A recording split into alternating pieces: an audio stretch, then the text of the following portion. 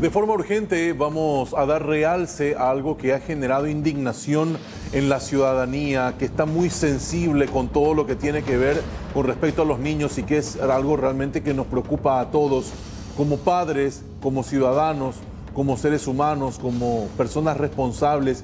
Evidentemente abogamos por el cuidado de los más pequeños de la casa. Y cuando hablamos de abuso sexual consumado, y le damos el agravante de que el autor es el padre biológico, realmente no podemos medir las consecuencias, las secuelas físicas y psicológicas más que nada que quedan en la víctima. Prácticamente se queda con todo el resto de su existencia destruida, ¿no? Es lo que uno piensa y especula cuando habla de una situación tal. Es por eso que uno siempre espera todo el peso de la ley para castigar duramente al autor. Sin embargo, en el caso que vamos a resaltar a ustedes ahora mismo, el autor de este caso ha recibido 4 años y 6 meses de condena. Padre biológico que abusó en reiteradas ocasiones de su hija menor de edad, y la denuncia la realizó una docente de la escuela donde iba la chiquita. La fiscal María Abed está con nosotros a través del teléfono, más que nada para poder contextualizar el caso y que la gente pueda entender por qué se llegó a esta condena. Doctora, ¿cómo le va? Bienvenida aquí a Tarde Noticias. Le saluda Marcelo Mongelos con Kiara Aguilar, todo un gran equipo. Gracias por tu tiempo antes que nada. Buenas tardes, Marcelo, Kiara, a toda la teleaudiencia. Sí, con respecto a este caso en el que me tocó investigar e intervenir en el juicio oral y público, quisiera explicar que el hecho ocurrió entre los años 2011, 12, 13, 14, 15. En ese tiempo estaba vigente el artículo 135 del Código Penal, modificado por la Ley 3440 del 2008.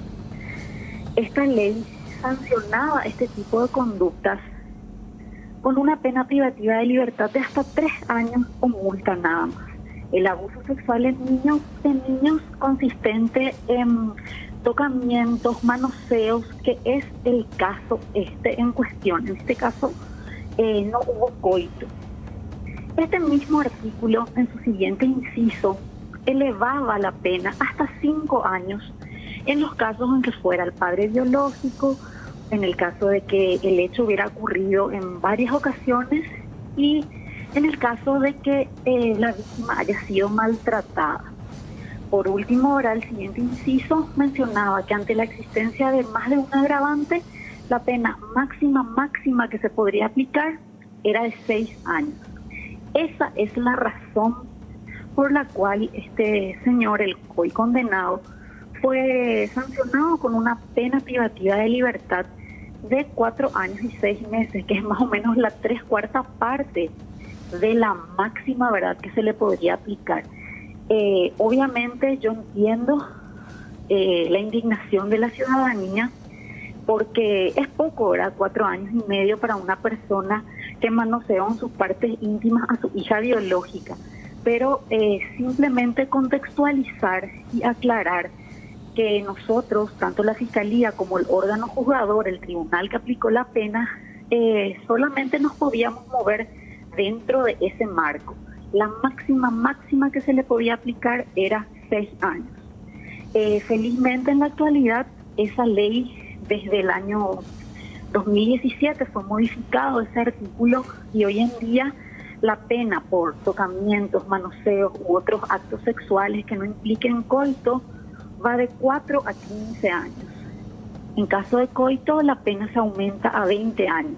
Es decir, antes era un delito que tenía una sanción exigua. Hoy en día es un crimen que tiene ya una sanción mucho más importante y más acorde a la gravedad del hecho. Y bueno, como sabemos, ¿verdad?, el principio de irretroactividad de la ley es un principio constitucional. Nosotros no podíamos, el tribunal no podía juzgar a esta persona en base a la ley actual, sino que en base a la ley vigente al momento de la comisión del hecho. O sea, esa es la explicación del monto de la pena que se le aplicó a este señor.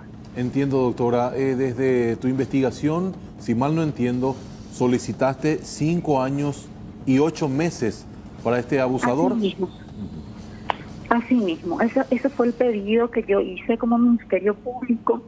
La aplicación de la pena en concreto ya es una atribución del tribunal y ellos sopesan una serie de cuestiones. El artículo 65 del Código Penal te da 10 ítems que tenés que valorar a favor y en contra para hacer la medida de la pena, ¿verdad?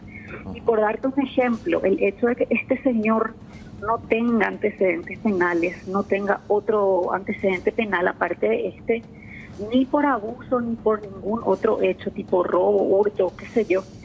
Eso, por ejemplo, es algo que juega obligatoriamente a favor de él a la hora de aplicar la pena.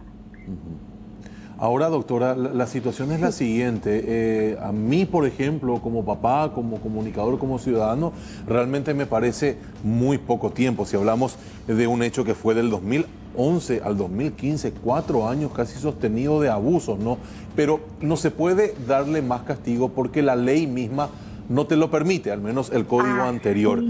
Ahora, ¿qué garantías hay de que esta persona salga al cumplir estos 4 años o sea beneficiada con alguna medida si sale a cumplir la mitad de la condena y vuelve a acercarse a la criatura? Ese temor siempre está latente, doctora. La verdad que dudo que los jueces de ejecución le permitan salir antes del cumplimiento de su condena. Normalmente en este tipo de hechos no es tan sencillo que puedan salir, ¿verdad?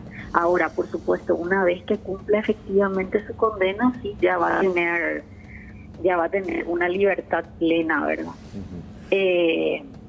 Y como te digo, felizmente hoy en día la norma penal sanciona de una manera mucho más dura a las personas que cometen este tipo de hechos punibles. Lastimosamente, la ley, el artículo anterior nos limitaba muchísimo en ese sentido. Doctora, ¿y cómo tomás vos esto, la condena de 4 años y 6 meses frente a los 5 años y 8 meses que pediste vos? ¿Qué significa para vos la condena del tribunal? Y así como te señalé, esa fue la pretensión del Ministerio Público. Ellos hicieron la valoración conforme al 65. El lunes yo voy a tener la sentencia completa. Al finalizar el juicio oral se les dio la parte conclusiva, la parte resolutiva con las explicaciones, pero el lunes voy a tener la sentencia por escrito. Ese día se hará la notificación a las partes y ahí voy a evaluar el tema de la medición de la pena. Entiendo, doctora. No quiero adelantarme. Entiendo. ¿Esta persona dónde va a cumplir su condena? Esta persona está cumpliendo, o sea, estaba en prisión preventiva desde el 2018, desde septiembre del 2018, si no me falla la memoria. Y va a continuar cumpliendo ahora su condena allí mismo en el penal de Emboscada. Entiendo.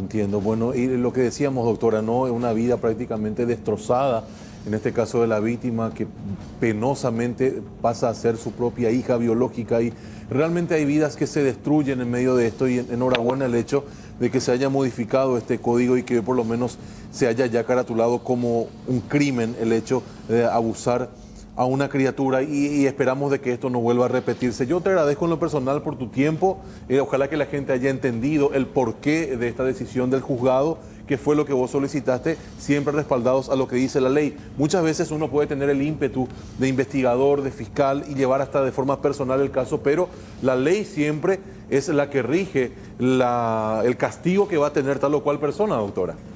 Así mismo, y te quisiera hacer una pequeña aclaración más. Sí. La denuncia se formula en el 2016, recién, por parte de la directora del colegio donde asistía la nena.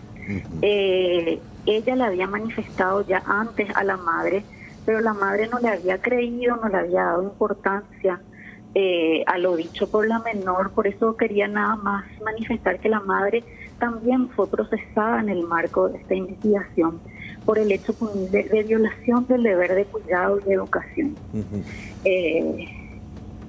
Eso nada más quería también poner a conocimiento tuyo y de la teleaudiencia. Perfecto. ¿Ella recibió algún tipo de condena también? ¿Qué tipo de sanción recibió la mamá, doctora? Ella no está recluida, ella está con reglas de conducta en su domicilio.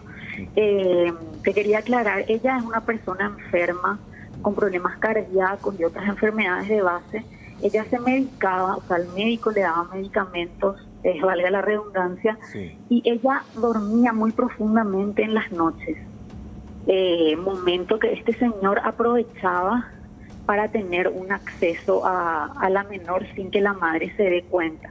Ella no es cómplice en el abuso. Ella fue procesada por no haberle dado la importancia al mensaje de la nena cuando ella se fue a pedirle socorro a su mamá. Básicamente, no, ella no está recluida, está con reglas de conducta, está cumpliendo reglas de conducta. Bueno, qué es peor. También una persona que, como te digo, tiene problemas de salud, está en su domicilio. Qué peor, doctora, entonces, si es que este hombre se valía de esa situación para abusar de la criatura. Considero personalmente de que los 5 años y 8 meses que usted pidió por lo menos lo hubiesen dado esa parte, pero esa ya es una opinión bastante personal. Y la criatura, por último, doctora, ¿qué pasó de ella? ¿Dónde está? ¿Bajo el resguardo de quién? Ella tiene hoy en día 17 años, ya es una adolescente, está ya a pocos meses de tener la mayoría de edad.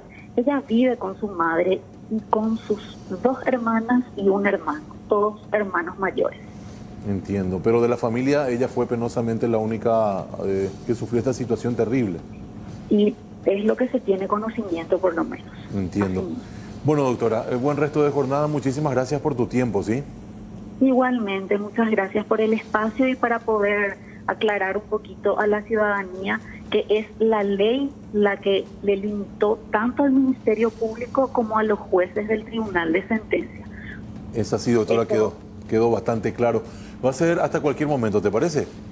Perfecto, muchas gracias, hasta luego. Gracias, hasta luego. La fiscal María Abed hablando de esta situación, reitero, que generó muchísima indignación y que creo que va a seguir haciéndolo, cuando ahora nos cuenta la fiscala de que el padre se aprovechaba de los fuertes fármacos que tomaba su esposa, se quedaba dormida y él en ese momento sacaba su lado más salvaje, lastimosamente, con su propia hija biológica. Qué fuerte es este tema realmente y hay que denunciar, no hay que tener miedo, y ante la mínima señal que pueda dar un niño o una niña en casa, no digamos que está mintiendo, tomemos ese mensaje, procesémoslo y hagamos la denuncia como corresponde. Si es cierto o no, ya después la justicia lo va a determinar, pero no hay que dejar de lado lo que un niño o una niña te está diciendo. Por algo está levantando ese tipo de acusaciones sumamente graves.